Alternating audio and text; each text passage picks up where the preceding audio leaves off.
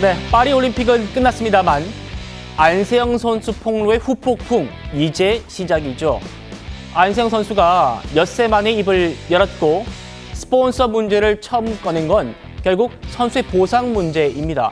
지난해 목소리 그리고 최근 목소리까지 함께 들어보시겠습니다.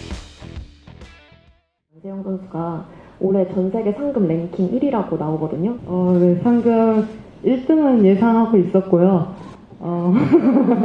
네, 열심히 달렸는데 이 정도 보상은 충분히 받을 만하다고 생각하고 있습니다. 다른 나라 선수들을 보고 저도 느끼는 게 많은데 협회가 좀 따라오지 못하는 거에 늘 답답함과 부당함과 그걸 조금 해소를 못하는 게 제일 저는 답답했었던 것 같습니다. 그래픽 저희가 준비해봤습니다. 같이 한번 보시죠. 안세영 선수, 국민들 아시는 것처럼 세계 랭킹 1위입니다. 얼마 버느냐? 상금으로 8억 6천만 원, 9억을 좀 못 벌었어요. 그리고 연봉 6,100만 원을 더해서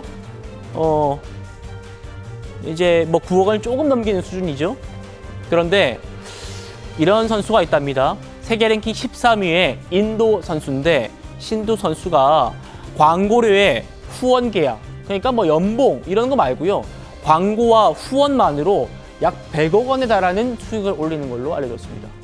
그러니까 국내 선수끼리가 아니기 때문에 뭐 다른 나라 랭킹 상위권 선수들과 뭐 비교할 수는 없습니다만 일단은 우리 안세영 선수는 1등인데 세계 13위인 인도 선수는 거의 10배를 벌고 있죠.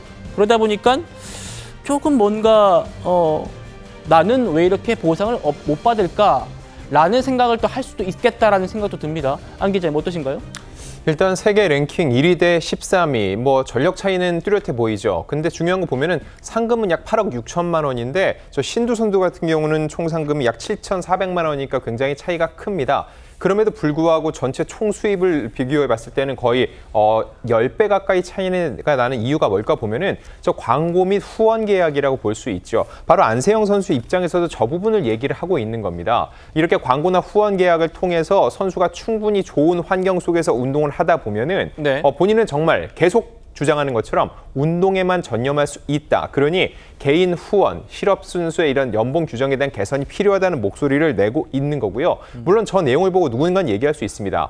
둘을 직접 비교하는 건 불가능하다. 그 네. 이유는 이 각 종목에 대한 국가의 평가가 다르기 때문인 거죠. 어쩔 수 없이 배드민턴은 한국에선 비인기 종목인 반면 네. 인도에서는 저 배드민턴이라는 종목이 크리켓, 축구, 그리고 배드민턴 3대 스포츠라는 거죠. 한국으로 치면 손흥민, 김연아급의 인기를 누리고 있기 때문에 예. 선수는 저런 스폰 계약이라든지 추가적인 부가 수익이 많다고 얘기할 수 있습니다. 하지만 여기서 하나 얘기해야 될 건 뭐냐면은 그럼 한국은 저 선수만큼은 아니더라도 안세영 선수에 대한 개인 후원이 없느냐? 그건 아니라는 거죠. 네. 안세영 선수는 본인이 개인적으로 할 수 있는 그런 여력이 있음에도 불구하고 협회 차원에서 그걸 금지하기 때문에 받지 못한다는 겁니다. 안세영 선수가 지금 구체적인 금액을 저 산두 선수만큼 나도 벌어야겠다. 내가 세계 랭킹이 1위이기 때문에 높기 때문에 더 많이 벌어야 된다. 이걸 주장하는 게 아니라 네. 본인도 협회 차원에서 조금 더 이걸 유연하게 대처를 하면은 더 많은 후원을 받고 좋은 환경 속에서 자기한테 더 맞는 신발을 신고 좋은 성과를 낼 수 있는데 그렇지 못하는 환경이 있기 때문에 조금 더 이 부분을 유연하게 대처해달라고 주장을 하고 있는 겁니다. 네.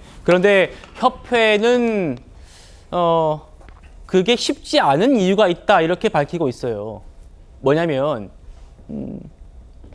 협회가 개인 후원을 제한한 이유가 뭐냐면 협회가 한꺼번에 공식 후원사 Y사죠. 지금 Y사로부터 한 번에 이렇게 받지 않고 Y사가 개개인 선수를 후원할 수 있게 해주면 협회가 받을 수 있는 파이가 줄어들게 되고 그러면 협회는 지금 전체 대표팀 선수와 주니어 선수, 유망주들 다 통틀어서 300명 정도를 지원해줘야 되는 입장에서 파이가 줄어들면 그 피해는 고스란히 다른 선수들, 다른 꿈나무들에게 돌아간다 이겁니다.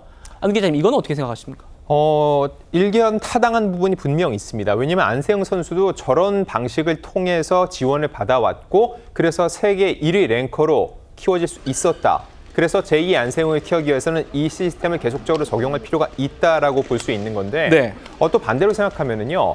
안세영 선수가 지금은 한국의 간판이 됐죠. 그렇기 때문에 저 후원금이 들어오는 거라고 볼 수 있다는 거죠. 안세영 선수가 빠져나갔을 때 후원금 규모가 줄어들 수 있다고 본다면은 안세영 선수에 대해서 어느 정도는 조금 더 지원을 하는 것도 이것도 합리적인 거라고 볼 수 있다는 생각도 들고요. 더 나아가서 이런 생각도 듭니다. 안세영 선수가 만약에 저기서 나가서 개인 후원을 받게 됐을 때 그 협회 차원에선 들어오는 후원금이 줄어든다. 그럼 이건 뭘로 충당해야 될까요? 저희가 누누이 얘기를 하지만은 그 안에 많은 임원진이 있습니다. 배드민턴 협회 같은 경우는 임원이 약 40명인데 축구협회나 양궁협회보다도 10명 이상 많다는 거죠. 근데 중요한 건 후원금은 얼마? 0원이라는 겁니다. 네. 그 많은 임원진들이 하는 역할이 뭘까요? 이렇게 후원금을 유치하고 선수들이 더 좋은 환경에서 훈련받고 지원받을 수 있도록 이런 역할을 하는 게 임원들의 역할인데 임원의 수는 더 많은데 그 후원금은 0원이다. 바로 그 부분을 충당을 해서 더 많은 후원금을 가지고 안세영 선수에게는 그만큼의 더 지원을 해주고 그리고 다른 선수들도 충분히 지원을 받을 수 있도록 해주는 게 이게 합당하지. 지금 안세영 선수가 더 가면은 다른 선수들은 지원을 못 받기 때문에 이거는 그냥 딱 정해진 금액만큼만 받고 그만큼만 선수를 키우겠다는 건데 지금 엘리트 선수를 키우는 게 중요하다는 게 계속적으로 얘기는 나오는 상황 속에서 이거는 네. 지금 자본주의 논리와는 조금 더 역행한다는 생각이 듭니다. 그렇군요. 제가 저희 우리 스포츠부에 좀 물어봤어요. 다른 협회들은 이런 문제가 없었냐. 그러니까 축구협회가 비슷한 게 있었대요. 뭐냐면요. 1998년 프랑스 월드컵까지 우리 축구대표팀 축구협회도 일괄적으로 딱 그 후원금 받기 때문에 그 N사죠. N사의 용품들 다 일괄적으로 착용해야 했대요. 그런데 축구화가 안 맞는 사람도 있잖아요. 그래서 다른 뭐 A사나 다른 회사의 그 축구화를 착용하면 그 경기장에서 매직으로 다 칠을 하고 나가야 했답니다. 그런데 이게 불합리하다라고 문제제기가 있어가지고 4년 뒤에 2002년 월드컵 때부터 이걸 풀어줬다는 거예요. 그러면서 개인적으로 후원을 좀 축구화에 의해 한해서만 받을 수 있게 그렇게 좀 풀어주는 경우도 있던데요. 구자랑 변호사님, 이 문제는 좀 어떻게 바라보십니까? 제가 보기에도 협회가 정말 협회 운영을 쉽게 하는 방향으로 설정해놨구나 이런 생각을 하게 되거든요.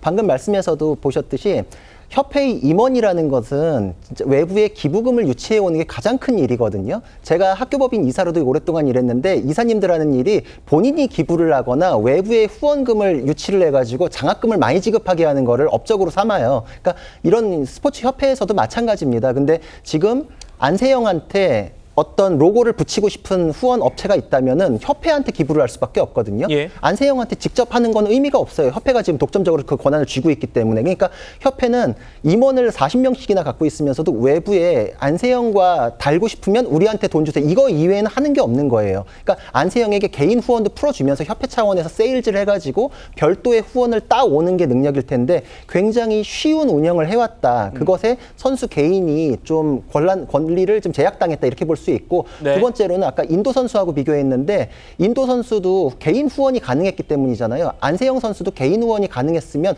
어느 정도가 가능했을 뿐만 아니라 그 천문학적인 금액이 아니더라도 경쟁 관계였던 중국의 천위페이 같은 선수는 몸에 부상이 있을 때 개인 트레이너를 2명을 고용할 수가 있었다고 합니다. 근데 지금 협회에서는 안세영을 통해 가지고 후원을 협회가 받았는데 개인 트레이너를 붙여줄 때는 뭐 계약 관계가 끝났네 어쩌네 이런 실랑이가 있었잖아요. 그러니까 네. 안세영 선수는 결국은 내가 직접적으로 했을 때 내가 직접 트레이너를 고용할 수 있으면 좋은데 그것도 아니고 개인 후원은 못하게 하면서 협회가 지원은 또 나한테 이렇게 더 해주는 것도 아니고 이게 이런 차원에서 두 개가 다 꽉 막혀 있다 이런 불만이 있을 수밖에 없다 이런 생각을 합니다. 예. 어쨌든 협회의 그 딜레마도 제가 설명을 해드렸기 때문에요. 뭐 이런 논란에 대해서 협회의 주장에 또 공감 간다는 분들도 많이 있습니다. 그 부분을 좀 말씀드리면서 지금 이 논란은 좀 유연하게 이 협회 규정을 좀 바꾸는 쪽으로 논의가 되고 있다고 하니까 좀 지켜볼 텐데 안 기자님, 그런데요. 좀 전에 들어온 소식이던데 안세영 선수가 이번 달에 예정됐던 국제대회에 모두 불참하겠다라고 협회에 또 통보를 했더라고요. 이유는 또 뭐라고 들고 있습니까? 일단 안세영 선수 입장에선 지금 이런 여러 가지 논쟁이 불거지는 상황 속에서 아무래도 곧바로 훈련을 강행하는 거 그리고 결국은 또 국제대회에 나가기 위해서는 협회 차원에서 어떠한 절차를 밟아야 되는데 이런 문제가 말끔하게 해결되기 전까지는 조금 더 휴식의 시간이 필요하다고 생각을 하는 것 같고요. 네. 더 나아가서 안세영 선수가 부상을 달고 뛰고 있다는 거는 단순히 항저우 아시안게임 때가 아니라 그때부터 이어져서 제대로 지금 본인이 케어를 못 받고 있다고 했죠. 지금도 안세영 선수가 무릎 무릎에 테이핑을 한 채로 경기를 뛰고 있다는 건 모두가 봐왔습니다. 결과적으로 볼 때 이번 올림픽에서도 굉장히 집중적으로 훈련을 하고 준비를 하면서 몸에 적잖은 무리가 갔을 수 있기 때문에 지금 금메달을 땄기 때문에 안주하는 게 아니라 사실 두 발 나가기 위해서는 한 발 더 뒤로 물러서 준비할 필요가 있는데 그런 차원에서 안세영 선수가 조금 더 휴식을 취하면서 그 다음 경기를 준비하겠다는 의지로 보입니다. 네. 지금 들어오는 소식으로는 표면적으로는 무릎과 발목 부상이 있다 그러면서 진단서를 협회에다가 제출을 했다고 해요.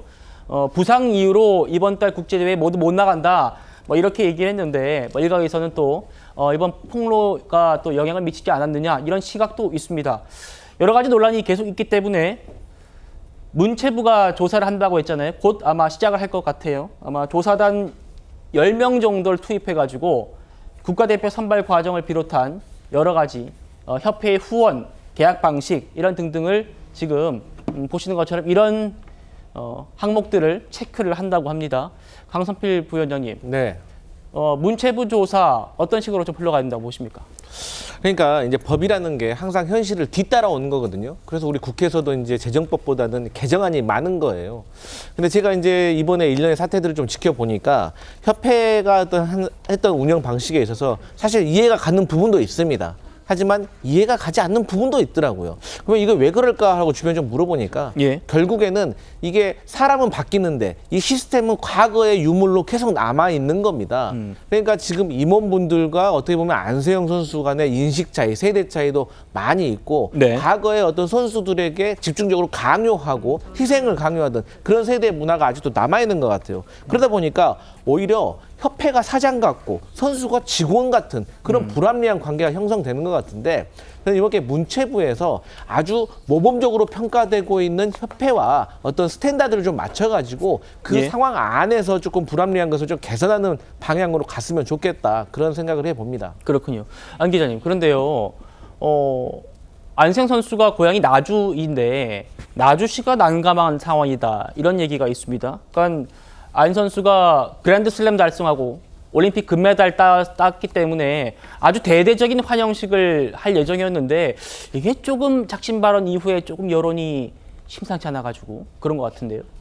일단 안세영 선수뿐만 아니라 다른 금메달리스트들은 각자의 고향으로 가서 여러 환영식들을 하고 있죠. 안세영 선수의 고향인 나주시 입장에서는 대대적으로 이 환영 행사를 하고 싶을 텐데 그러기가 힘든 상황이라는 거죠. 아무래도 안세영 선수 입장에서 지금 이런 문제 제기를 한 후에 고향에 가서 마음 놓고 웃을 수 없을 것 같고요. 예. 안세영 선수가 없는 상황에서 환영식은 의미가 없다는 거죠. 그렇죠. 사실 나주시는 안세영 선수의 이름을 딴 체육관 건립까지도 추진을 하고 있기 때문에 이번 금메달리스트가 됐다는 것을 그 기점으로 삼고 싶었을 건데 지금 큰 목소리를 내기는 힘든 상황이라는 겁니다. 네. 하지만 이거에 대해서 나주시 혹은 그 나주 시민들도 난감하겠지만 가장 난감한 건 당연히 안세영 선수 본인일 겁니다. 그렇죠. 통상적으로 이런 환영식이라는 게 관례라고 볼 수 있지만은 여기서 그곳에 가서 또 웃는 모습을 보여준다라고는 자체가 또 다른 또 이런 부정적인 여론을 형성할 수 있기 때문에 그 다음부터 그 당장 내려가기보다는 안세영 선수는 이 상황을 마무리 지은 다음에 그 후속 절차로 이렇게 환영식을 하든지 나주시를 방문할 것으로 예상이 됩니다.